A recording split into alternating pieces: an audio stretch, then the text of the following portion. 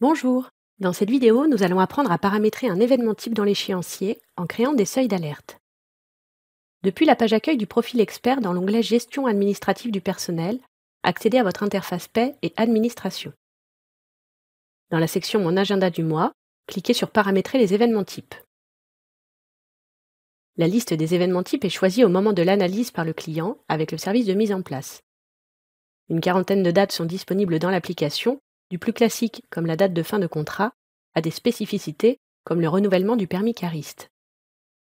Ce sont des dates à positionner dans le dossier du collaborateur. C'est cette action qui déclenchera la gestion des échéances. Nous allons traiter le positionnement du délai et des personnes à prévenir pour gérer cette échéance.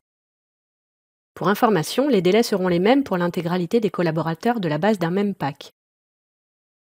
Ces deux pictogrammes permettent d'activer ou de désactiver un événement type, soit par sélection, soit individuellement en fin de ligne.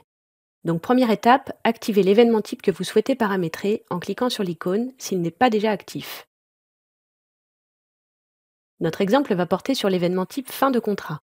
En cliquant dessus, vous retrouverez son libellé, le groupe affilié, la date de référence, ici date de fin de contrat, individuel. Et si cette référence est active.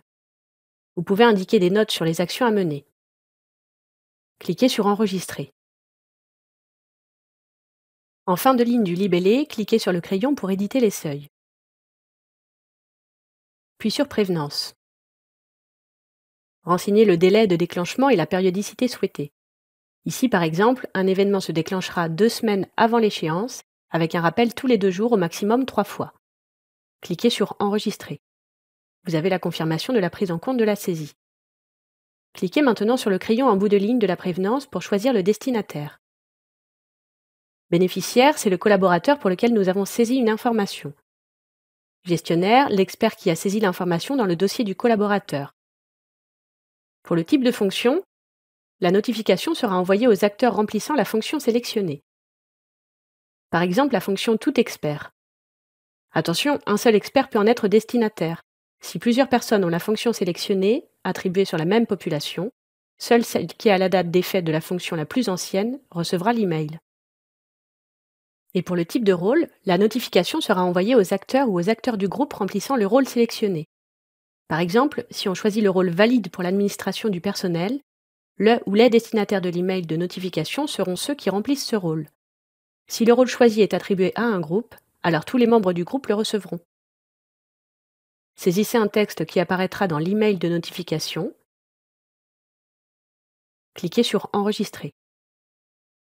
La notification a bien été créée. On peut ajouter un autre destinataire en répétant la manipulation. Par exemple, la fonction Manager hiérarchique. Puis cliquez sur Enregistrer, cela va créer une deuxième ligne sans écraser le premier destinataire. On revient au paramétrage des seuils en cliquant sur le lien Seuil en haut de l'écran. Pour l'échéance, on ne touche pas au seuil, car c'est la date butoir, mais on peut éventuellement paramétrer l'envoi d'un email complémentaire à la prévenance, dont le destinataire peut être ou non le même. Cliquez sur Enregistrer. Pour supprimer l'édition d'un seuil, cliquez sur le picto moins. Félicitations, votre paramétrage d'échéance est maintenant terminé. Merci de votre attention.